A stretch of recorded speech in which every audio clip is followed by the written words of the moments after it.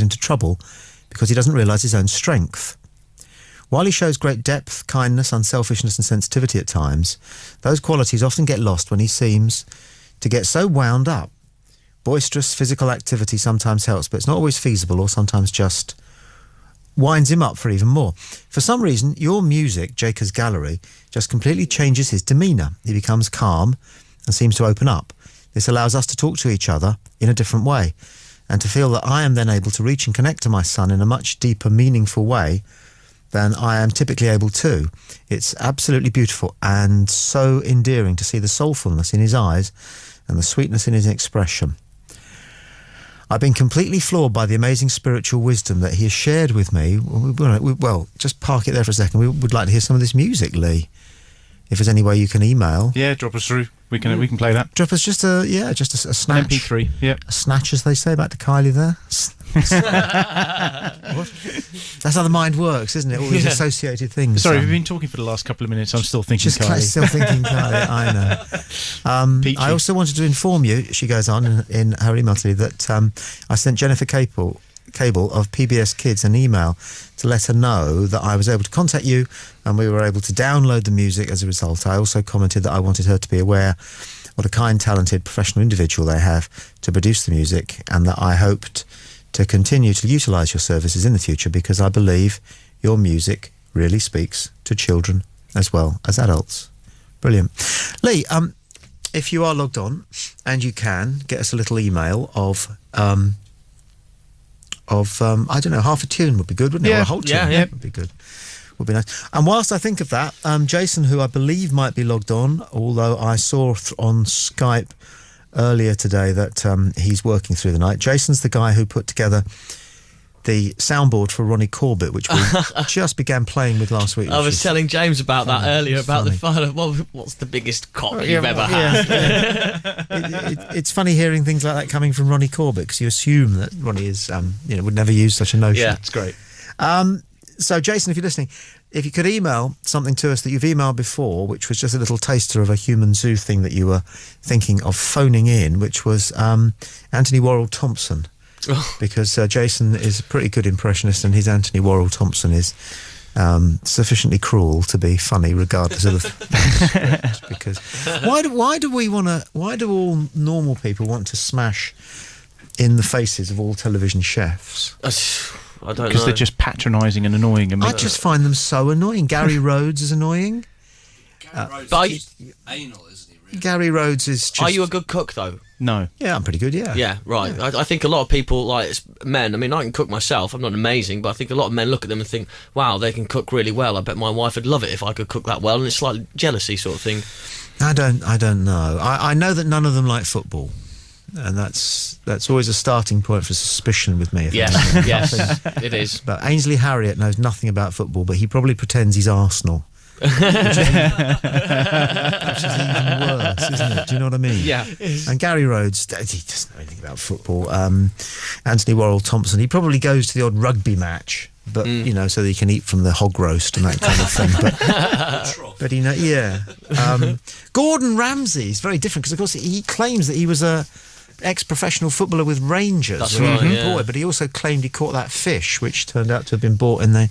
Did you see that? That was one of the... Yes, see that's one. right. They're going on about television programmes being recently, honest, and Gordon Ramsay came out of the sea with this poor fish flapping on a spear, and he said something like, "I feel like the fucking SAS," or something. Yeah.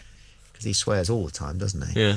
And it turned out that he didn't catch it. But so what? I mean, so how is it show business? How's it flapping then? Was he moving it with his hand? I'm guessing they put it in a net or something, and then they just sort of spiked it at the moment of filming. But that's not nice. No, it's not very nice. McDonald's though, and he was caught on camera doing that. Took his children to McDonald's. Yeah, he was sitting in his black Range Rover, blacked out windows, yes, taking his kids to McDonald's, getting the drive-through and driving off. But the thing is, those burgers are good though, aren't they? They are, they taste nice. But it's not him that had the problem with McDonald's, it was Jamie Oliver, really, wasn't it? I mean, Gordon Ramsay never professed to sort of bring McDonald's down. That was it Jamie Oliver? Never said anything like that. So.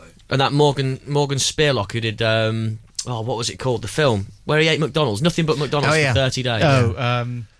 Super Size Me. Super Size Me, yeah. Oh God, poor guy. I didn't see it. Did he bloat? I watched that. Did he go up? Did he bloat? Did he go? Oh, he No. got all sorts of medical problems. He didn't put on weight as such, but like you say, the medical problems, like his heart rate was becoming erratic, and his liver was on its last legs, and Yeah. Okay, let's everybody check our pulses now then, just to make sure that we're not about to explode, okay? What I'll do is I'll say go, and then you just count your pulse. Everyone can find their pulse, can't they? I believe so. And I then hang on. I'll do 15 seconds, all right? And then you multiply it by 4, and that gives you your pulse. And you're looking for really about 68 to 70, aren't you? Something like that. Are we ready? Yep. And you do try this at home. Okay, here we go. And starting now.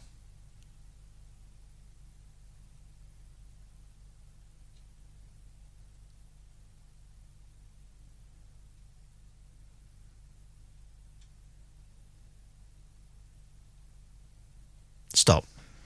I had 17. I had 19. 21. 19. 21, Stuart? James? 14. 14? Yeah, but you're pissed. So I'm 76. And what's that you're smoking? 84. Just tobacco. Okay. 76 for me. 76, okay. 84. 84, right, that's but then again, I suppose technically if you're sitting in front of a microphone, you'd expect a little bit of adrenaline of some sort, wouldn't you? Yeah, So yeah, maybe yeah. that's maybe that would explain Yeah. that. I don't know. I Go think on. Jace has mailed your bit of MP3. Have you got the fader? Okay, yeah. Thank you for there we this, go. Jason. This is how we can really make the human zoo 21st. Hello, it's Anthony Worrell Thompson here. How are you? My recipe for beans on toast. Open the tin with precision and making sure not to cut yourself on the serrated edges.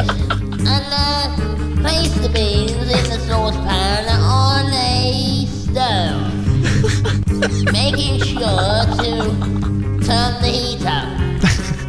And meanwhile, place 2 slices of bread under a active grill and brown both sides. You may want to scramble some eggs, but it's really not necessary. Not for this recipe. Side the beans and the toast, so ready at exactly the same time, and place onto the plate. Put approximately a tablespoon of tomato ketchup on the side. Garnish with salt and pepper, and voila! Next week, tin tomatoes on toast. Thank you. Now that actually is better than McGowan, isn't it? That's very better than great. that. That's very Because good. what I like about impressions is when they're parodies, you know, they're really sort of pointing up the ridiculousness of some of the, you know, vocal or physical mannerisms of somebody. It's like a vocal caricature, isn't it? Yeah, it is. It is. And that was a very good piss It was. take. Why the Batman music though? Very No, good. I didn't Very understand good. that at all. But no. Does it matter? No, it doesn't. It does, 'cause actually, because it just takes you away from the impression for a second. You think, Batman, okay, yeah, beans on toast, of course. No. The thing is, well, next time you go to make beans on toast, will you be going, no. Isn't that how the brain works? Yeah. Because it's completely associative, isn't it? One thought leads to another. You know, sometimes I'm having a nice thought. I'm driving along and I'm having a nice thought, okay? And it might be something mundane like, I don't know. I'm daydreaming that I'm scoring a goal against Argentina, all right? And I go, oh, yeah. And I go through a village and I see a sign. There's a lady standing underneath it. And the sign says Knutsford. And I think, so I'm there. Now I'm thinking about nuts. So from testicles, I think to myself, my left one's always been a bit bigger than my right one. And then now I'm on one side like that. And I think to myself, what am I sitting on there? And I go, hang on. Oh, I've got my change in my back pocket. I hate these £2 coins. I'm driving along and I'm thinking, I hate these £2 coins. Now, and I think to myself, wait a minute. I don't like that thought. That doesn't work for me. I'm not having fun thinking about the £2 coins. Yeah. I need to go back to what I was thinking about before I started thinking about the £2 coin. But I can't go back to thinking about scoring a goal against Argentina in my own mind because I can't make the connection. So I have to go, £2 coin, I was fishing in my pocket. I was on one cheek because my testicles are slightly. The woman with Knutsford coming from the thing. Oh, yeah, I'm scoring against Argentina. Now, am I alone in having... No. No. Yeah, you have to backtrack, don't you, sometimes? And you have to work on the connections. Yep. Do we all do this? Yep. Well, why the hell doesn't somebody explain this thing? Because you don't get that at school. You walk around thinking that you're weird until you're 54. And then you get a chance to do something like this and talk about the things that really matter in life and who we are to be a human, what it is to be a human being. You get that, Stu?